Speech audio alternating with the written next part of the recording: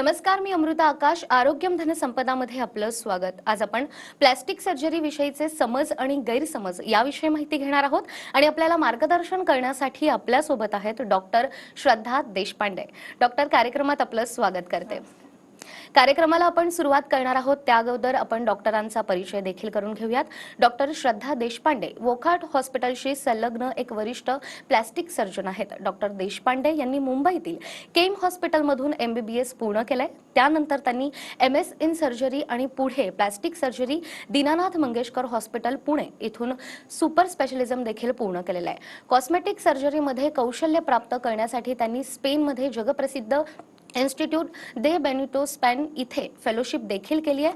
त्यानंतर त्यांची निवड Wellington regional plastic surgery centre या ठिकाणी देखील झालेली आहे. तिथे त्यांनी सौंदर्यशास्त्र याशिवाय मायक्रो सर्जिकल पुनर्रचना याचं देखील प्रशिक्षण घेतलंय. त्यांची आवड सौंदर्यशास्त्रात त्याचबरोबर स्तन शस्त्रक्रियेत देखील आहे. खरं तर आजचा विषय प्रत्येक स्त्रीसाठी आणि त्याचबरोबर पुरुषासाठीही तितकाच महत्त्वाचा आहे. प्लास्टिक सर्जरी म्हणजे नेमकं काय? सो हा क्वेश्चन मला बरेच जण विचारतात की एक्झॅक्टली प्लास्टिक सर्जरी म्हणजे काय. सो प्लास्टिक सर्जरी हे असं युनिक वैद्यकीय क्षेत्र आहे जिथे विज्ञान आणि कला या दोघांचाही मिलाप होतो. सो कोणत्याही कारणामुळे जर आपल्या शरीराच्या कोणत्या तरी भागाला इजा झाली किंवा ते रोगग्रस्त झाले तर त्याचं कार्य आणि रूप हे आधीसारखं करण्याचं काम आपण प्लास्टिक सर्जरीद्वारा करू शकतो. प्लास्टिक सर्जन्स हे इतर स्पेशालिटीज बरोबर सुद्धा काम करतात. For example orthopedic surgeons, neurosurgeons, oncosurgeons, dermatologist यांच्या कार्यामध्ये जर त्यांना काही अडथळा झाला किंवा त्यांना काही कॉम्प्लिकेशन्स निर्माण झाले तर त्यांना आम्ही मदत करतो. म्हणून आम्हाला प्रॉब्लेम सॉल्विंग सर्जन्स असं देखील म्हटलं जातं. प्लास्टिक सर्जरी हे एका पर्टिक्युलर भागाला सीमित नाही आहे, तर आपण केसापासून ते पायाच्या नखापर्यंत कोणत्याही अवयवावर ऑपरेट करू शकतो. तसंच ते एका पर्टिक्युलर वयोगटालाही सीमित नाही, तर नवजात शिशूपासून ते 100 वर्षाच्या वृद्धांपर्यंत आम्ही प्रत्येक वयोगटावरती सर्जरी करू शकतो. अगदीच. त्यामुळे वयाची मर्यादा नाहीये, तर कोणत्याही वयोगटातील व्यक्तीवर प्लास्टिक सर्जरी होऊ शकते. आणि जसा तुमचा अनुभव जर पाहिला तर आतापर्यंत अनेक केसेस तुम्ही हँडल केलेल्या आहेत. मात्र प्लास्टिक सर्जरीमध्ये कॉमन केसेस नेमक्या कोणकोणत्या असतात? बरोबर. तर भारतामध्ये सगळ्यात जास्ती प्लास्टिक सर्जरीच्या केसेस या ॲक्सिडेंट केसेस असतात. तर त्यामध्ये चेहऱ्याच्या ॲक्सिडेंट केसेस, ज्यामध्ये चेहऱ्यांच्या हाडांचे फ्रॅक्चर्स किंवा चेहऱ्याची पुनर्रचना करण्याची गरज अशी प्लास्टिक सर्जरीद्वारा करू शकतो आपण. त्याशिवाय हातांची इंजुरीज, ज्यामध्ये इंडस्ट्रियल ॲक्सिडेंट्स किंवा मिक्सर ग्राइंडर इंजुरीज किंवा डोअर क्रश इंजुरीज लहान मुलांमध्ये जे खूप कॉमन आहेत, या अशा प्रकारच्या इंजुरीज आपल्याला कॉमनली दिसतात. तर यामध्ये आम्ही मायक्रो सर्जरीद्वारा त्यांचे जे सूक्ष्म स्ट्रक्चर्स आहेत लाईक नर्व्स, टेंडन्स, लिगमेंट्स आणि स्मॉल बोन्स यांना आपण रिपेअर करतो. आणि काही सिच्युएशन्समध्ये जर बोट पूर्णपणे तुटलं जरी असेल तर त्याला आपण परत जोडू शकतो. याला आपण रिप्लांट सर्जरी असं म्हणतो. याच्याशिवाय पायाच्या सर्जरीज आपण परफॉर्म करतो, ज्याच्यामध्ये ॲक्सिडेंट केसेसमध्ये स्किन लॉस किंवा टिश्यू लॉस झालेला असतो आणि बोन उघडं पडलेलं असतं. त्याच्यामध्ये आपण त्वचारोपण किंवा फ्लॅप सर्जरी करू शकतो. आणि बऱ्याच आजकाल डायबिटीजचं प्रमाण वाढलं आहे. सो डायबेटिक फूटचे पेशंट्स ज्यांच्या जखमा लवकर बरा होत नाही, तर त्या आम्ही ॲडव्हान्स्ड वुंड केअर टेक्निक्सद्वारा बऱ्या करू शकतो. नवजात शिशूमध्ये जन्मखुणांचे प्रॉब्लेम्स होतात किंवा त्यांचे ओठ दुभंगलेले असतात, तर त्यांची पण सर्जरी आम्ही परफॉर्म करतो.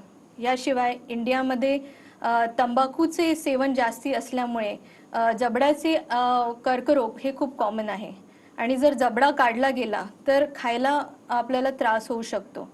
अशा परिस्थितीमध्ये आपण पायाचे हाड वापरून मायक्रो सर्जरीद्वारा जबडा पुनर्निर्माण करू शकतो. तर अशा विविध प्रकारच्या प्लास्टिक सर्जरी केसेस आपण करू शकतो. आणि आजकाल कॉस्मेटिक सर्जरीचे प्रमाणही त्याच पद्धतीने वाढत चालले आहे. अगदीच. आणि Yeah. सौंदर्य शास्त्राचा खरं तर तुमचा देखील यामध्ये हातखंडा आहे. तर सौंदर्य शास्त्र आणि प्लास्टिक सर्जरी यामध्ये नेमकं काय अंतर आहे मग? येस. सो प्लास्टिक सर्जरी अशा ठिकाणी केलं जातं जिथे कोणता तरी शरीराचा भाग रोगग्रस्त झाला आहे किंवा त्याला इजा झाली आहे आणि आपण त्याची पुनर्रचना करतो आहे. आणि कॉस्मेटिक सर्जरी अशा भागात केलं जातं जे नॉर्मल असू शकतं, पण त्याला आपण अजून सुंदर आणि अजून सक्षम बनवण्याचा प्रयत्न करतो. सो त्याला कॉस्मेटिक सर्जरी म्हणतात. आणि कॉस्मेटिक आणि प्लास्टिक हे सेम नाही, तर कॉस्मेटिक प्लास्टिक सर्जरीचा एक भाग आहे. अगदीच. खरं तर हा फरक ओळखणं महत्त्वाचं आहे. बरोबर. जसं तुम्ही सांगितलं की कॉस्मेटिक सर्जरी वेगळी आणि प्लास्टिक सर्जरी वेगळी. मात्र सौंदर्याशी निगडीत एखादी सर्जरी करायची असेल तर साधारणतः सर्वसामान्य लोकं प्लास्टिक सर्जरी करायची आणि मग बरोबर. त्यानंतर त्याचे काही दुष्परिणाम तर होणार नाहीत का? किंवा आम्ही पूर्वी जसे दिसायचो तसेच दिसू का? असे अनेक प्रश्न बरोबर. येत असतात. बरोबर. आणि यातच खरं तर लायपोसेक्शन हा देखील एक भाग येतो. तर त्यानं देखील वजन कमी होतं का? आणि ही देखील कन्सेप्ट नेमकी काय? राईट. सो कॉस्मेटिक सर्जरी मध्ये सगळ्यात कॉमनली परफॉर्म्ड शस्त्रक्रिया म्हणजे लायपोसक्शन. सो लायपोसक्शन म्हणजे लायपो म्हणजे चरबी आणि सक्शन म्हणजे त्याला ओढून काढणे. सो लायपोसक्शन सर्जरीमध्ये आपण बॉडीमधली चरबी कमी करण्याचं ही सर्जरी आहे. पण ही फॅट रिडक्शन किंवा वेट रिडक्शन सर्जरी नव्हे. या सर्जरीमध्ये युजली 2 प्रकारचे कॅन्डिडेट्स असतात. एक जे रेग्युलर डाएट आणि एक्सरसाइज फॉलो करतात आणि तरीसुद्धा त्यांच्या बॉडीमधले काही पर्टिक्युलर पार्ट्समध्ये फॅट डिपॉझिट्स राहतात, जे बरेच स्टबर्न असतात आणि जे एक्सरसाइजला रेझिस्टंट असतात. तर हे असे भाग कोणते? तर ॲब्डोमेन किंवा पोट, पाठ, थाईज, बटक्स आणि आर्म्स या पार्ट्समध्ये बऱ्याचदा इवन आफ्टर एक्सरसाइज वजन कमी होत नाही. तर या पर्टिक्युलर एरियाजमध्ये आपण लायपोसक्शनद्वारा चरबी कमी करून त्यांना सुडौल आकार देऊ शकतो. अनदर टाईप ऑफ पेशंट्स जे लायपोसक्शन सर्जरीसाठी कॅन्डिडेट्स असू शकतात, ते आहेत जे बेरियाट्रिक सर्जरी म्हणजे लठ्ठपणा कमी करण्याच्या सर्जरीसाठी विलिंग नाही आहे, पण त्यांना त्यांची चरबी थोडी कमी करायची आहे. तो लायपोसक्शनद्वारा आपण त्यांची चरबी कमी करून त्यांना एका नॉर्मल लाईफस्टाईल देऊ शकतो, जेणेकरून ते आपलं दैनंदिन प्रक्रिया नीट पार पाडू शकतात. याला आपण डिबल्किंग लायपोसक्शन असं म्हणतो. अगदीच. तर यामध्ये वजन कमी होत नाही, मात्र ही नेमकी शस्त्रक्रिया कशा पद्धतीनं होऊ शकते याविषयी तुम्ही सांगितलं. याच संदर्भात आणखीन एक सर्जरीचा उल्लेख केला जातो, तो म्हणजे टमी टक सर्जरी. तर ही कन्सेप्ट नेमकी काय आहे? सो टमी टक सर्जरी ही कॉमनली पोस्ट प्रेग्नन्सी महिलांमध्ये केली जाते. सो आपण पोस्ट प्रेग्नन्सी महिलांमध्ये कॉमनली हे बघतो की त्यांचं वजन पण नॉर्मल असतं आणि त्या बारीकही असतात, पण त्यांच्या पोटाचा घेर जास्ती असतो. तर याचं कारण म्हणजे प्रेग्नन्सीमध्ये आपली पोटाची त्वचा आणि स्नायू हे एक्सपॅन्ड होतात आणि डिलिव्हरीनंतर हे एका हवा गेलेल्या फुग्यासारखे लूज पडतात. सो त्यांनी कितीही एक्सरसाइज केली तरी हे लूज स्किन टाईट होत नाही. तर टक सर्जरीमध्ये आपण ही लूज स्किन काढून टाकतो आणि पोटाचे लूज झालेले स्नायू हे सुद्धा आपण टाईट करतो. तर त्यांचा आधीचा आकार त्यांना या प्रकारे परत मिळू शकतो आणि म्हणून या सर्जरीला ममी मेकओव्हर सर्जरी सुद्धा म्हटले जातं. अगदीच. त्यामुळे प्रेग्नन्सी नंतर अनेक वेळेला आपण पाहतो की महिलांचं वजन वाढतं किंवा पोटाचा आकारही वाढलेला असतो. तर या Change होतं. सर्जरीतून खरं तर पूर्वीसारखा त्यांचा लुक त्यांना मिळायला मदत होते. अतिशय महत्त्वाची माहिती खरं तर आपण डॉक्टरांकडून घेतोय. प्लास्टिक सर्जरी बद्दलचे समज आणि गैरसमज नेमके काय असतात याविषयी आपल्याला डॉक्टर श्रद्धा मार्गदर्शन करतात आहे. तुमच्याकडून आणखीनही काही प्रश्नांची उत्तरं मी घेणार आहे एका छोट्याशा ब्रेकनंतर. ब्रेकनंतर पुन्हा एकदा आरोग्यम धनसंपदामध्ये आपलं स्वागत. आज आपण प्लास्टिक सर्जरी बद्दलचे समज आणि गैरसमज या विषयावर अधिक माहिती घेत आहोत आणि आपल्याला मार्गदर्शन करण्यासाठी आपल्यासोबत आहेत डॉक्टर श्रद्धा देशपांडे. डॉक्टर, पुन्हा एकदा आपलं स्वागत करते. खरं तर प्लास्टिक सर्जरी बद्दल आपण नेहमीच ऐकतो, मात्र त्यातही अनेक सर्जरी असतात. शरीराच्या वेगवेगळ्या भागानुसार त्या सर्जरींची खरं तर नावं आहेत आणि अतिशय महत्त्वाची माहिती तुम्ही देतात आहे. अनेक वेळेला चेहरा सुंदर करण्यासाठी देखील शस्त्रक्रिया करावी असं डॉक्टरांकडून सुचवलं जातं, तर ते नेमके उपचार कशा पद्धतीनं केले जातात? बरोबर. तर चेहरा सुंदर करण्यासाठी बरेच उपचार आणि शस्त्रक्रिया उपलब्ध आहे. युजली वयोमानानुसार आपल्या चेहऱ्यामध्ये सुरकुत्या यायला लागतात आणि डाग आणि डार्क सर्कल्स यायला लागतात, ज्यामुळे आपला चेहरा थकल्यासारखा अ, दिसायला लागतो. तर अशा केसेसमध्ये आपण चेहरा परत टवटवीत करण्यासाठी नॉन सर्जिकल आणि सर्जिकल असे प्रोसिजर्स करू शकतो. तर याच्यात नॉन सर्जिकल प्रोसिजर्समध्ये आपण कॉमनली बॉट्युलिनम टॉक्सिन यूज करतो, बोटॉक्स ज्याला म्हणतात, ज्यामध्ये आपण चेहऱ्याचे मसल्स रिलॅक्स करतो आणि त्याच्यामुळे आपले जे फाईन लाईन्स आणि व्रिंकल्स आहेत ते कमी होऊ शकतात. याशिवाय आपण फिलर्सचा वापर आजकाल बराच करतो, ज्यामध्ये कोणत्याही फेसच्या जागेमध्ये हॉलो निर्माण झाला आहे किंवा लाईन्स निर्माण झाल्या आहेत, जसे टिअर ट्रफ्स किंवा नेझोलेबियल फोल्ड्स, तर त्यांना आपण आधीसारखं बनवू शकतो. याशिवाय डाग आणि पिगमेंटेशनचे जे प्रॉब्लेम्स असतात त्यासाठी आपण केमिकल पीलिंग, मायक्रो नीडलिंग आणि लेझर ट्रीटमेंट्स अशा वेगवेगळ्या पद्धतीने आपण आपला चेहरा सुंदर बनवू शकतो. Surgical techniques commonly 50 to 60 years plus age ग्रुपमध्ये आपण करू शकतो, ज्यामध्ये कॉमनली सर्जरीज केल्या जातात डोळ्याच्या पापण्यांच्या, ज्यांना आपण ब्लेफरोप्लास्टी सर्जरी असं म्हणतो. याच्याशिवाय आपण फेस लिफ्ट, नेक लिफ्ट आणि रायनोप्लास्टी सर्जरीसुद्धा परफॉर्म करतो, ज्यामुळे आपला फेस अजून सुंदर दिसू शकतो. अगदीच. त्या चेहरा सुंदर करण्यासाठी खरं तर अनेक सर्जरी आहेत, अनेक ट्रीटमेंट आहेत, ज्याचा तुम्ही उल्लेख केला. मात्र जे प्रेक्षक आता आपल्याला पाहतात आहेत आणि सर्वसामान्य महिला ज्यांना खरं तर सुंदर दिसायचं आहे, त्यांच्या मनात आणखीन एक प्रश्न येतो, तो म्हणजे या शस्त्रक्रिया केल्यानंतर कोणती रिस्क असते का? तर या रिस्कबद्दल तुम्ही काय सांगाल? बरोबर. तर कोणतीही शस्त्रक्रिया किंवा कोणताही प्रोसिजर याची एक पोटेन्शियल रिस्क असतेच आणि ही रिस्क पेशंटला समजवणे आणि त्यांना समजावून देणे हे एका डॉक्टरचं कर्तव्य आहे. त्याशिवाय आपण एक कन्सल्टेशनमध्ये युजली पूर्ण काउन्सिलिंग करतो, ज्यामध्ये आपण सगळे pluses and minuses of any particular procedure explain करतो, डाऊन टाईम एक्सप्लेन करतो आणि त्यानंतरच आपण त्या प्रोसिजरसाठी पुढे जाऊ शकतो. युजली आपण पूर्ण चौकशी करतो पेशंट्सची आणि योग्य टेस्ट करून ते पर्टिक्युलर प्रोसिजरसाठी फिट आहे की नाही हे समजूनच ते प्रोसिजरसाठी पुढे जाऊ शकतो. हे सगळं आपण करूनसुद्धा कधीकधी हजारोतून एकमध्ये कॉम्प्लिकेशन्स होऊ शकतात, ज्यामध्ये रक्तस्राव, इन्फेक्शन याची होण्याचे चान्सेस असतात. त्याचा आपण व्यवस्थित पेशंटला आधी अंदाज देणे गरजेचे आहे. कोणत्याही सर्जरीनंतर इन्स्टंट रिझल्ट दिसत नाही.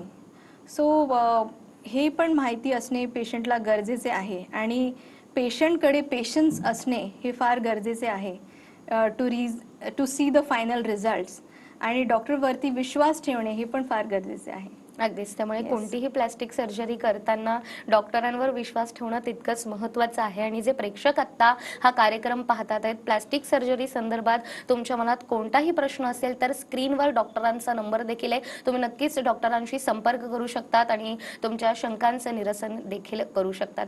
डॉक्टर, ज्या शस्त्रक्रियांबद्दल खरं तर आपण बोलतोय, या शस्त्रक्रिया फक्त सेलिब्रिटीज करतात का, की सर्वसामान्य नागरिक देखील या शस्त्रक्रिया करू शकतात, असा प्रश्न सर्वसामान्यांना नेहमीच Right. पडतो. बरोबर. प्रेक्षक आता आपल्याला पाहतात आहेत, काय सांगाल? राईट. सो आधीच्या काळामध्ये असं व्हायचं की प्लास्टिक सर्जरी हे फक्त सेलिब्रिटीजच करायचे, पण आजकालच्या इंटरनेटच्या आणि ॲस्पिरेशनल जगामध्ये प्रत्येकाला वाटतं की आपण सुंदर दिसावं आणि आपण अप टू डेट राहावं. तर प्लास्टिक सर्जरी ही फक्त सेलिब्रिटीजसाठीच नाही तर सामान्य जनतेसाठी सुद्धा आहे आणि प्लास्टिक सर्जरी ही खूप कॉस्टली सर्जरी आहे, हा पण खूप मोठा गैरसमज आहे. तर तसं नाही आहे. It is quite reasonable. अगदीच. त्यामुळे हा खरं तर एक महत्त्वाचा Yes. गैरसमज आहे जो तुम्ही आता दूर केलाय. कारण प्लास्टिक सर्जरी करायची आहे मात्र ती प्रचंड महागडी ही ट्रीटमेंट असते असा कुठेतरी गैरसमज पसरलेला आहे आणि या कार्यक्रमाच्या माध्यमातून ही एक महत्त्वाची मोठी शंका खरं तर तुम्ही दूर केलेली आहे. त्यानंतर प्लास्टिक सर्जरी होते मात्र चेहऱ्यावर किंवा आपल्या शरीरावर डाग राहतात, मार्क्स राहतात असंही अनेकांना वाटतं. तर नेमके हे मार्क्स राहतात का? राईट. सो ॲक्च्युली हा प्रश्न असतो, बऱ्याच जणांना हा गैरसमज असतो की प्लास्टिक सर्जरीमध्ये डाग अजिबात राहत नाही. तर तसं नाही आहे. आपण कुठेही बॉडीवरती शरीरावरती कट घेतला, इन्सिजन घेतला तर तो मार्क होणारच. पण आमच्या सर्जरीजमध्ये आम्ही युजली अशा भागांवरती तो कट घेतो की तो लपला जातो, तो डोळ्याला दिसत नाही आणि तो कपड्यांनी इधर लपला जातो किंवा चेहऱ्याच्या शॅडोजमध्ये तो लपला जातो. म्हणून असं वाटतं की प्लास्टिक सर्जरीमध्ये कट्स किंवा स्कार्स होत नाही, पण तसं नाही आहे. आणि ही पण एक मोठा गैरसमज आहे जो सगळ्यांना माहिती असायला पाहिजे. अगदीच. त्यामुळे हा देखील गैरसमज खरं तर आपल्या या कार्यक्रमाच्या माध्यमातून तुम्ही दूर करतायत. प्लास्टिक सर्जरी विषयी तर आपण बोलतोच आहे मात्र अलीकडेच या सर्जरीमध्ये देखील अत्याधुनिक साधनं आलेली आहेत, नवनवीन तंत्रज्ञान आलेलं आहे. तर अलीकडेच या क्षेत्रामध्ये नेमकी कशी प्रगती झालेली आहे? राईट. सो जसे सगळ्या सर्जरीजमध्ये किंवा सगळ्या क्षेत्रांमध्ये जशी प्रगती होते तशी प्लास्टिक सर्जरीमध्ये पण लास्ट फ्यू डेकेड्समध्ये खूप प्रगती झालेली आहे. आणि आजकाल आपण with the help of stem cells चेहऱ्याचे डाग कमी करू शकतो किंवा सुरकुत्या कमी करू शकतो. केस गळणीचे जे प्रॉब्लेम्स आहेत ते सुद्धा आपण with the help of stem cells किंवा ग्रोथ फॅक्टर कॉन्सन्ट्रेट्स कमी करू शकतो. सो आजकाल आपण minimalistic surgery, minimally invasive surgery याकडे वळत चाललो आहे. We are now using less of implants आणि मोर ऑफ ऑटोलॉगस मटेरियल्स. तर इवन जर आपल्याला ब्रेस्ट ऑगमेंटेशन करायचे आहे तर इन्स्टेड ऑफ इम्प्लांट्स आपण स्वतःच्या बॉडीच्या चरबीचा पण वापर करून त्याला एन्हान्स करू शकतो. याशिवाय with the help of micro surgery आणि with the help of micro instruments आपण कोणत्याही भागाचा पुनर्निर्माण करू शकतो शरीरातला. सो दॅट कॅन इन्क्लूड जीभ किंवा जबडा किंवा हाताचे स्नायू और इवन ब्रेस्ट रिकन्स्ट्रक्शन. सो हे एक नवीन क्षेत्र उभरून येत आहे इन प्लास्टिक सर्जरी. त्याच्याशिवाय इन एस्थेटिक और कॉस्मेटिक सर्जरी प्रेसिजन कंटुरिंग हे एक नवीन कन्सेप्ट आलेला आहे. So with the help of all these high definition techniques, with the help of newer techniques आणि energy based devices आपण हाय डेफिनेशन लायपोसक्शन किंवा प्रेसिजन काउंटरिंग करू शकतो, ज्यामुळे आपण पेशंटला एक 6 पॅक ॲप सुद्धा देऊ शकतो आणि त्यांना हवा तसा आपण आकार देऊ शकतो with less pain and with less downtime. अगदीच. त्यामुळे कमीत कमी वेळेमध्ये देखील पेशंटला हवा असणारा लुक या सर्जरीच्या मार्फत त्याला मिळू शकतो. खरं तर वोखार्डमध्ये तुम्ही देखील एक वरिष्ठ सर्जन म्हणून काम करतात, जे प्रेक्षक आता आपल्याला पाहतात आहेत आणि ज्यांना प्लास्टिक सर्जरी करायची आहे किंवा इतरही अवयवामध्ये त्यांना बदल करायचा आहे, तर नेमकी ही संपूर्ण प्रक्रिया कशी होते आणि पेशंटनी कधीपर्यंत डॉक्टरांशी संपर्क साधायला हवा, तर नेमक्या तुमच्या कामाबद्दलही तुम्ही काय सांगाल? राईट. सो वोखार्टमध्ये I am available daily 10 to 5 आणि पेशंटचे प्रश्न आणि त्यांची डाऊट सॉल्व करणं हे I think is one of our major aims. आणि त्यांना कम्प्लिटली इन्फॉर्म ठेवणं हे खूप महत्त्वाचं आहे. आणि माझं एक इम्पॉर्टंट प्रिन्सिपल आहे की आपण पेशंटला कम्प्लिटली इन्फॉर्म ठेवलं पाहिजे. So that is one of the important things which I think we should follow. आणि एक संदेश which I would like to give is it would be helpful if you not desire की आपल्याला दुसऱ्या कोणासारखं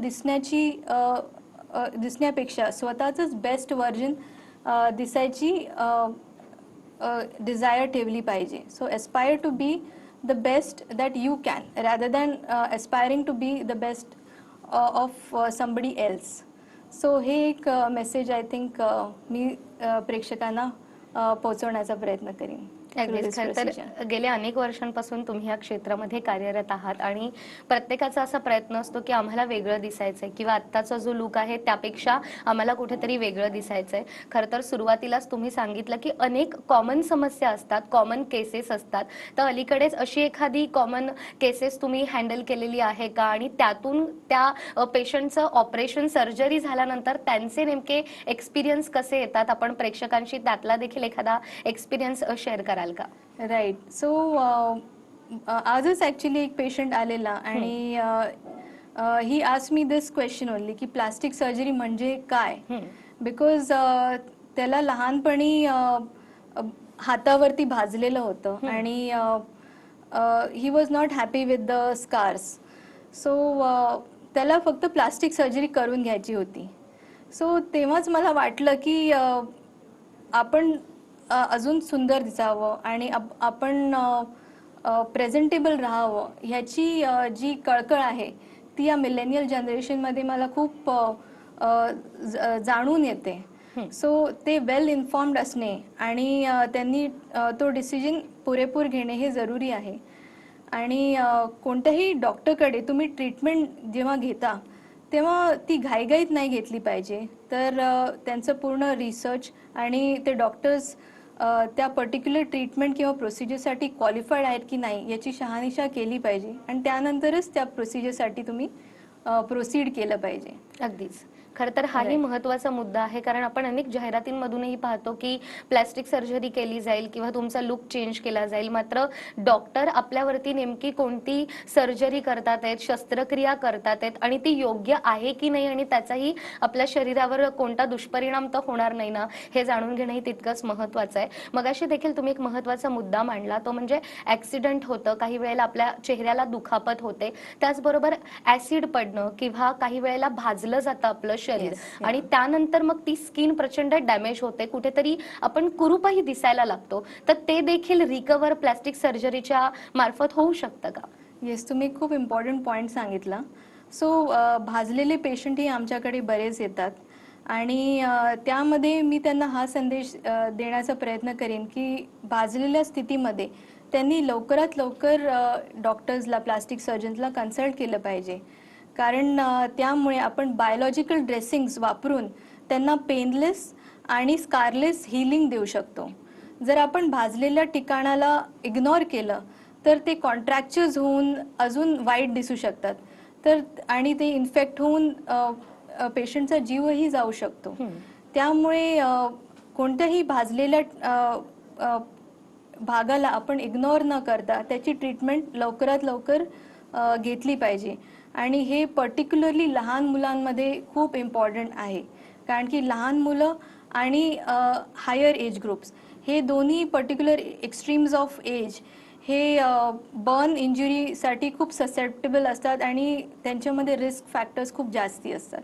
so Burns हे एक important issue आहे जो आपण इग्नोर नाही केला पाहिजे आणि त्याच्यात तात्काळ आपण सोल्युशन शोधलं पाहिजे. अगदीच. त्यामुळे एखाद्याला भाजलं असेल किंवा शरीराचा एखादा अवयव जर ॲसिडमधून किंवा आणखीन कशामधून जर खराब होत असेल तर तत्काळ डॉक्टरांशी संपर्क करणं तितकंच महत्त्वाचं आहे आणि प्लॅस्टिक सर्जरी मार्फत आपल्याला हवा तसा नक्कीच आपण बदल घडवून देखील आणू शकतो. या संदर्भातीलच समज, गैरसमज जे आहेत ते दूर करण्याचं काम खरं तर आज डॉक्टरांनी केलंय. डॉक्टर, आपले खूप खूप आभार. अतिशय महत्त्वाचा विषय ज्यावर तुम्ही आज आम्हाला मार्गदर्शन केलं.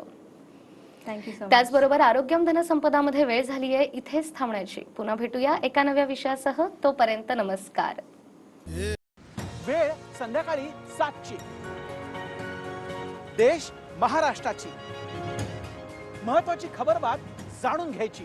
देश आणि महाराष्ट्राच्या मोठ्या बातम्यांचं बुलेटिन देश महाराष्ट्र रोज संध्याकाळी 7 वाजता. TV9 मराठी. काळजी तुमची, हित महाराष्ट्राचं.